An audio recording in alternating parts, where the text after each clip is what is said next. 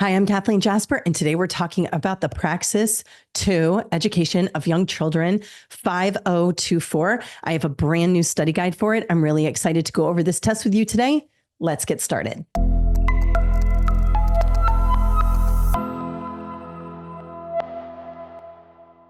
So today we're talking about the brand new study guide that I have out, the Praxis 2 5024. This is the education of young children. Now, some states have to take the 5025 and some states have to take the 5024. The 5024 is very much focused on early childhood development. So that being said, you are not going to have to answer specific questions about social studies, like the 3 branches of government and certain geographical aspects of the world. You are actually going to be focusing on how students develop cognitively, physically, socially, and emotionally. You are going to have to understand theories of early childhood education like Piaget, Vygotsky, Bruner, Erickson, Freud, a little bit of Montessori, things like that.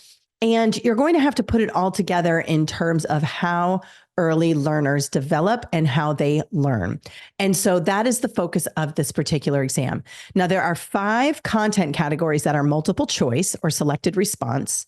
And the 6th content category is a constructed response. So you will have to write for this exam. And there are 3 constructed responses. That means there are 3 essays you have to write with a possible total of 18 points for the constructed response. Now, with the constructed response, you might say, well, why is it out of 18 when each one is worth 3 points, right?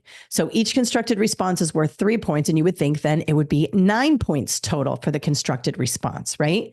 Well, there are 2 graders for the constructed response, grader 1 and grader 2, and they each give you a score, and that gets added together. And at the end of the 3 essays, they put that as a total. So for example, if you got a 3 on your first essay from grader 1 and a 2 from grader 2, that would be a 5. They have to agree within 1 point. If someone gave you a 3 and a 1, they would have a 3rd grader come in and rate it, just so you know. So they usually agree within 1 point. And let's say the second one, you got a 3 and a 3, that's 6, so 11 total. And let's say the 3rd essay, you got a 2 and a 2, so that would be 4 total. So what did we had? We had 6, a 4, and so that'd be 15 out of 18 total. So that's why on your score report, even though you only had 3 constructed responses, it will be out of 18 possible points because each grader can grade you up to 3 possible points for each one. So there are 6 total points up for grab for each constructed response. There are 3 constructed response questions.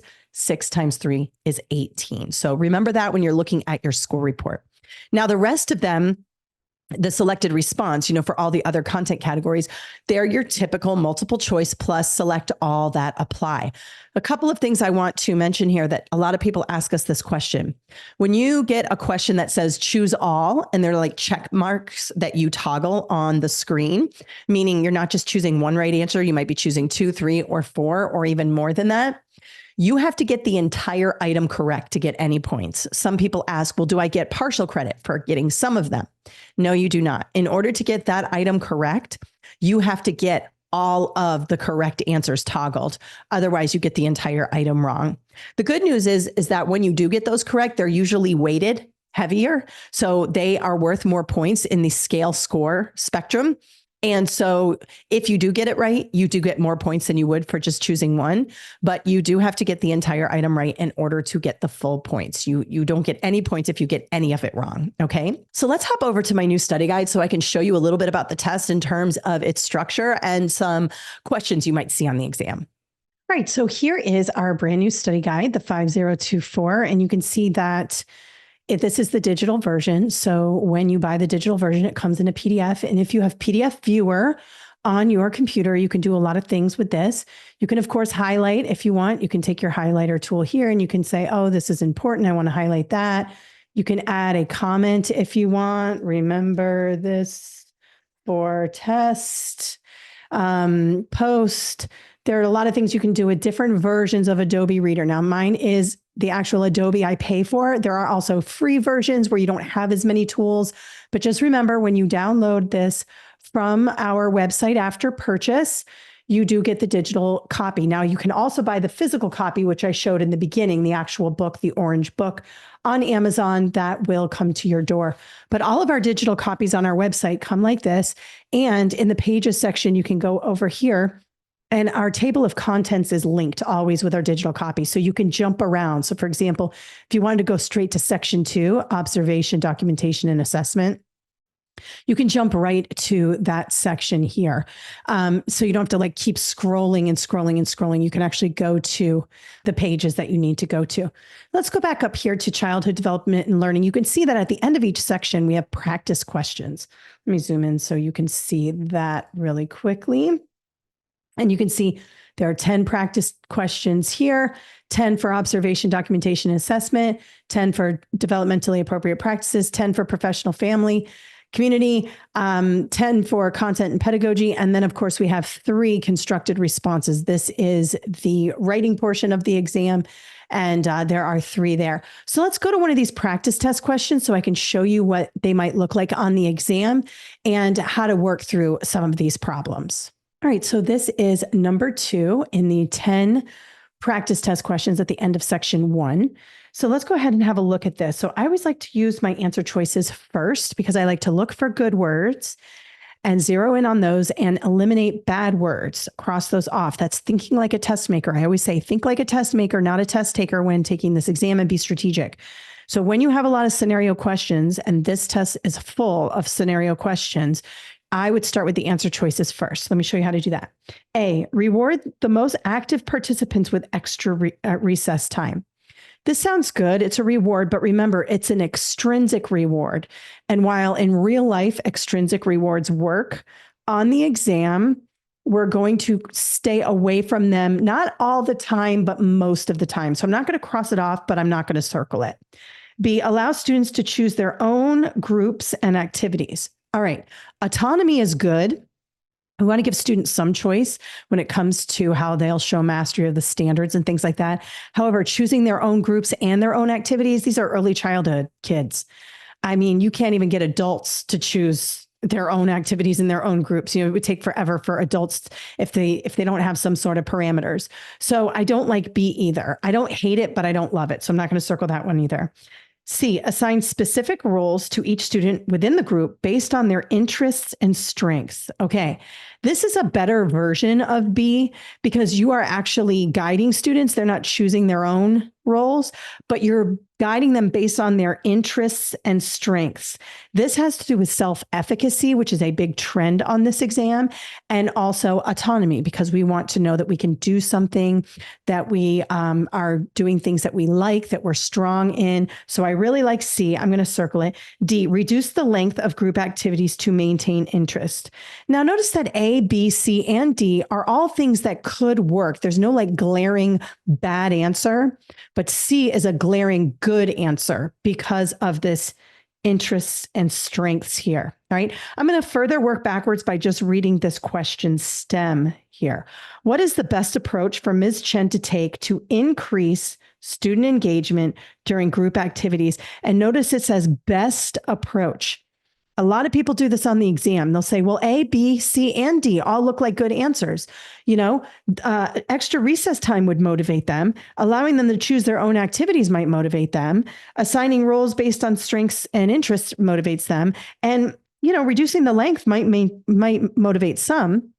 Of course, all of these could work, but it's saying the best approach. And the best approach based on what we know of early childhood learning is C. Remember, you're always going to have to go back into that study guide and understand what is the best approach. And C promotes self-efficacy and autonomy. So C is the best answer. Let's go ahead and read the whole question just to make sure. During a group activity, Ms. Chen observes that several students are not participating and seem disengaged. She wants to ensure all students are motivated and involved.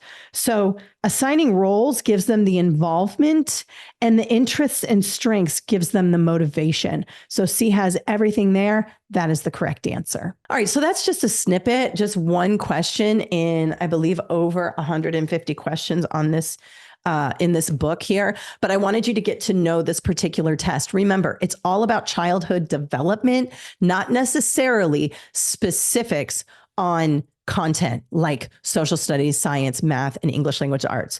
With the last section, English language arts and mathematics in the pedagogy section, you're not going to be asked specific questions in terms of like math. You're not going to have to do math problems like you would in the 5025, another early childhood exam.